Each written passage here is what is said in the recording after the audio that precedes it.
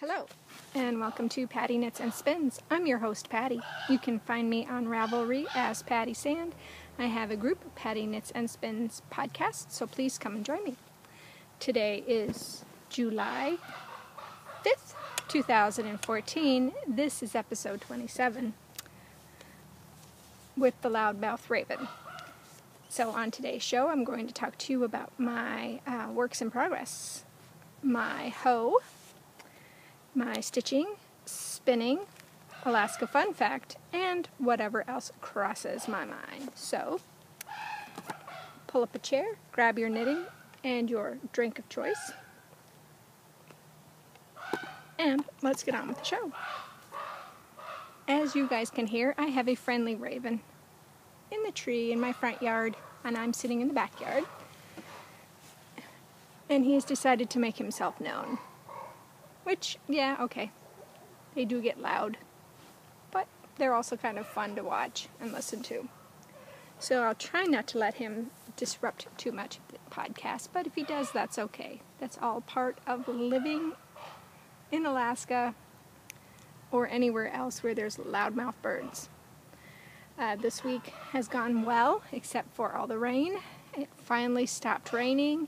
It is now at least 80 degrees out. It's beautiful. I'm going to catch some rays as I'm doing this. And I'll probably be squinting a lot and moving my hair a lot because it is hot. As I said before, the rain has stopped, which is a really good thing because a lot of the low-lying areas were flooded. The path next to the Carlson Center was flooded, and if you follow me on Instagram, I showed you that. It has receded a little bit, but the rain is supposed to start again on Tuesday. So hopefully the dike will hold and the Corps of Engineers will keep us from drowning. Let's see. I will talk about the Corps of Engineers and the dam, the dike system that they built, but I can't see this stuff outside, so I'll have to go inside to give you my Alaska fun fact. So I guess I will say that I hope everybody had a happy 4th of July. I spent my 4th of July with my parents since my hubby had to work, and my eldest son and my youngest son had a small group of friends over for a picnic, so that was good for them and that was good for me, and had a really nice time. Blew off some fireworks. We did mostly the colored ones low to the ground so you could actually see them. We did have a person across the road decide he needed to do some loud ones, and he did those up until midnight. So a couple of them felt like they were right in my front yard, but they were pretty loud. But I guess it only happens twice a year, so what the heck. So I guess I will now get into the knitting. Works in progress. If you are knitting the Mejia by Laura Nelkin and you do not want to be spoiled with clue number 4, it is time to look away. As you recall, I am knitting this out of the Mustache Yarns, a hell of a skein. It's a 100% superwash merino in a red colorway, because I have tried and failed to say that, so I'm not going to. And let me see if I can get this a little bit better than what it's been showing lately. Alright, here we go. So, we have the bottom is clue 1, the middle here, right here, is clue 2, and clue 3 and 4 is this section here. And there's only one more clue that's supposed to be coming out on the 8th, and there's a big hole here, so I'm thinking that's going to be one heck of a clue. But I love it. The construction of this shawl is fabulous. It's so much fun and so different that I would highly recommend it. I am knitting these on a size, size 5, 3.75 in my signature needles. And still using the threader that I got from Sharon. It's great. I'm really hoping I have enough beads because I really don't have that many left. If I have to, I can always go to Joann's and pick up another bunch of them. And it is still living in my Fat Squirrel Speaks bag, or Fat Squirrel bag. And here is the color. So if you looked away, you can look back to see the color. It has been a great knit, lots of fun, and I've been very happy with that. The second thing on the needles, I had to put in a larger bag. This is my Silver Shed large bag because the Endless Rainbow has gotten much bigger. So this is what it's going to look like when it's done. This is by Martina Bain. I'm doing these on a size 1.5, 2.5. Yeah, it sounds right. In the Mejia Mania color in the neon rainbow. And I've had 2 skeins of the Cascade Sateen in black. So here is what I have left of the neon rainbow. And this is what I have left in the second ball of the sateen. So here it is. And I'll tell you, this didn't get a lot of love this week because I'm kind of bored with it. I get to the point where, yeah, this is so much fun, I want to keep doing it, and then I hit the bottom. So this is where I was last week. So I got, 4 repeats done. But I do like it. It is going to be fabulous. Going to be beautiful, and it's going to be great when it's done. I just wish you'd hurry up and get done. I have like less than 70 grams of this left, and this was like 84 grams. I want to get at least to where I'm 50 grams, and then I could make a pair of small socks or something out of the leftover. But I don't want too much leftover, so it just stays in the stash and hangs out. But yeah, that's not fun too, because I've got too much of that too. And you can only make so many sock blankets, right? Right.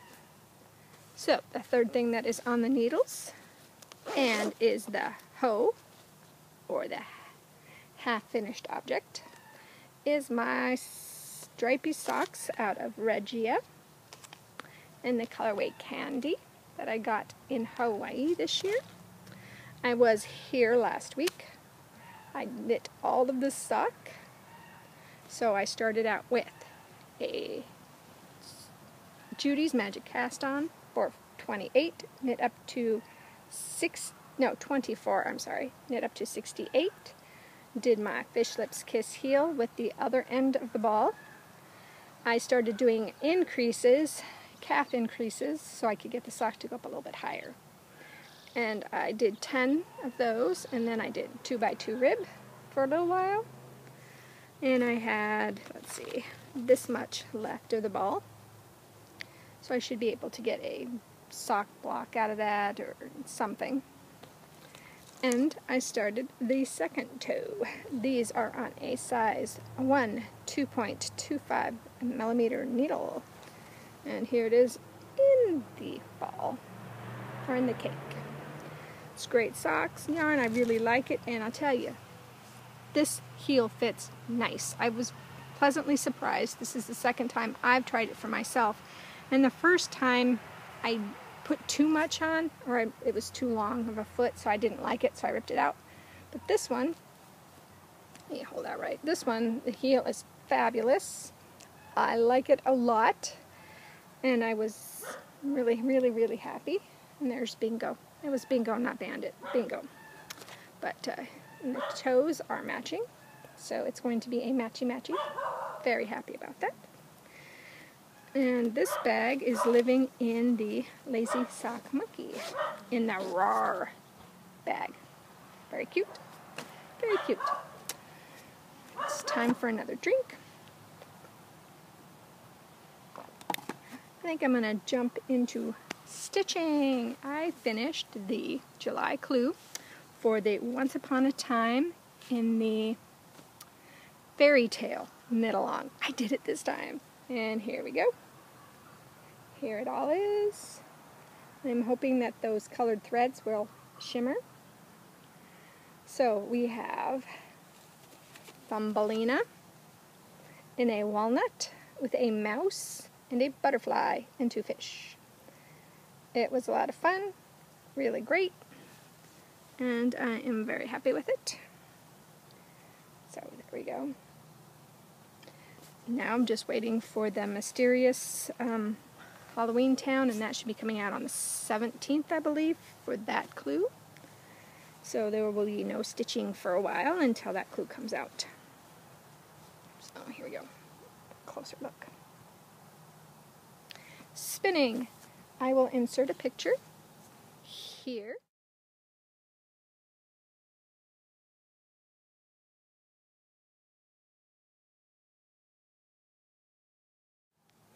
Of what I accomplished today, the first day of Toward Fleece. I started spinning again the brown, no, this one is the gray. Yeah, this one is the grayer of the two. And this one I got from, darn, I can't remember. It's one of them that just went out of business. I will link it in the show notes or put it down here what it is, because I have the thing, I just have to find it. So here it is. Actually, this might be, I take that back. This is the Louette. Yes, this is the Louette BFL. This is the what's left of the first 2 ounces. This is the one that I'm spinning, the grayer one first, and then 2 ounces, and then the brown Louette 2 ounces, and spinning them and plying them together, I should say. So the first day is done. I'll probably go in and spin some more, because hey, you know, you might as well while you've got the spinning bug going. And wow, this has been a really short one. I didn't have any purchases this week. I stayed away from Etsy. I did, though, was lucky enough to get back on Into the World. I'm getting 1 bump a month, and it starts with July. So I will be able to show you guys that fiber and then spin that up. But I really need to start knitting with it. I have this bad habit. Well, you've seen my thing above my head, the plastic container that has all my hand spun. That is all my hand spun, and it is almost to the point of too full. So I need to start knitting with the hand spun. I love spinning, and I love knitting the hand spun, but it's hard to find patterns to match up with hand spun. If you guys have any ideas, you know, put it on the show notes. Put it in the forum. Let me know what you guys like to do with your hand spun. Time for another drink. And I guess I will leave you here with this, and then I'll go inside so I can do the Alaska Fun Fact. See you in a bit. Hello, and welcome to the craft room. Like I said before, I couldn't see what I had to read outside because the sun was so bright and so beautiful. So I have moved into the craft room. If you're a new viewer, thanks for coming and checking me out. And this is the box of handspun I was talking about. It is a nice, big, wonderful, poofy box of handspun. And if you're a returning viewer, thank you for coming back. I really appreciate it, and I hope that you will subscribe to the YouTube channel. You can find me as Pat Sand 101 on YouTube. And I hope you come and join the group. We're not doing a whole lot on the group. I'm kind of hoping that something will spur and we'll get going, but hopefully with the Tour de Fleece and the craft along that's still going on until August 31st, any fiber related craft, please add your finished object, chatter away.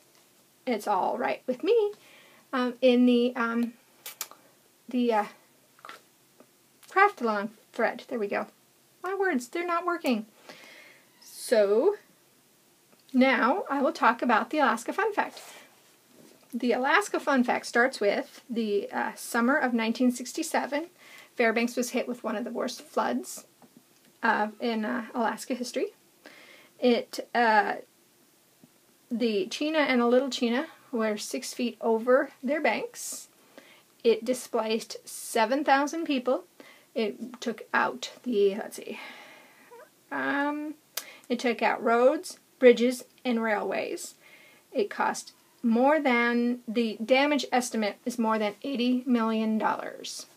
And in 1968, Congress reenacted the Flood Control Act.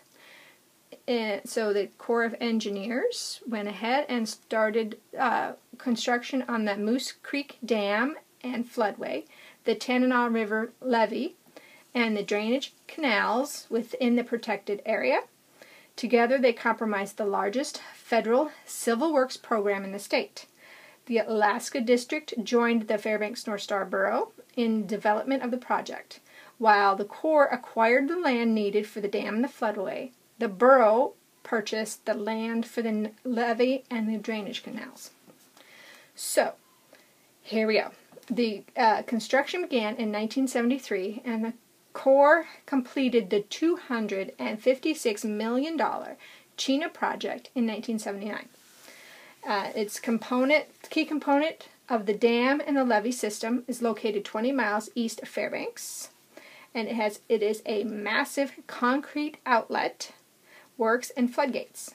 During the normal fluctuation of the Chena River, the outlet works remain open, allowing the natural flow of the water. Fish as well as boats continue to travel through the open gates. At periods of high water, however, the Corps lowers the floodgates, directing the excess water to the Tanana River. In 1987, the Fairbanks North Star Borough assumed responsibility for the operation and maintenance of the levee and drainage channels. Let's see, what else can I tell you about it? This project provides protection to Fairbanks and adjacent areas, including Fort Wainwright, from reoccurring flood damage from the Chena and the Tanana rivers. In addition, the project is a popular recreation area, averaging 133,000 visitor days of use per year since 1993. I know that it's really cool. You can go out on the dikes. You can ride cars, motorcycles on the dikes. A lot of kids like to go out and hang out at the dikes. There is the Chena Recreation Area. There's river and Chena lakes, so you can go out on the lakes, and there's fish in there, so you can go fishing. There's a big campground. I'm hoping to go out there in the next week or two, waiting for the water to really recede before I go out there, because I guess it kind of flooded out there too. So I would like to show you Chena Lakes. Chena Lakes is a lot of fun. A lot of fun. I did read in the paper that the dikes have only been raised 20 times since 1973, so that's really nice to hear. And they raised it, of course, this time to help with the flooding. There is a bridge that goes over part of that area, so when it is in a flood area, you can see the water rushing underneath the bridge. It's really cool. Let's see, I think that's about all. I mean, they talk about the construction. I'm reading this off. If you're interested, let me see if I can. I am on the, let's see, I'm on the U.S. Army Corps of Engineers on the Alaska District. So if you want to find out more about it, it is called the Chena River Lakes Flood Control Project. So if you want to read more about it, you could find it from there. And that's kind of a cool thing. Look in and see what Corps of Engineers has done in your state. You might be kind of surprised by it. So I guess, guys, it's the end of the show.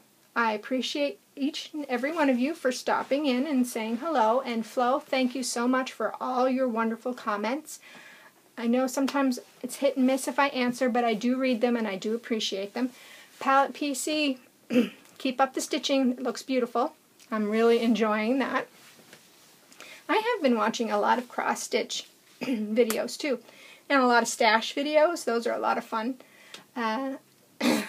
Stitch Addiction, she just did a new one about that's only on YouTube for her stash, and that was really cool. I liked doing that. I have thought about doing a stash one. If you're interested, let me know, and I can kind of go through my Socks That Rock bin, my DK bin, and my in my other bins, and yeah, my sock bin. This is one of my favorite sock bins right here. So, you know, if you're interested, let me know, because I would definitely do that. I would do a shot of my craft room, but right now it's kind of messy. I've got a TV on the floor over here that I need to get set up. I have my, so I can start working out in here again. You know, but let me know if you're, you know, if you're curious. If you have any questions, please put it in the group under this thread for number 27. Got kind of rambly, so I cut it off. So guys, I guess this is it. Like I said before, if you have any questions, please leave it in the group. Leave it on YouTube, because I do read all my YouTube questions, or all my YouTube comments. There we go. I hope that you guys have a great week, and whatever you craft, I hope you craft to your heart's content. So, see you next week. Bye, everybody.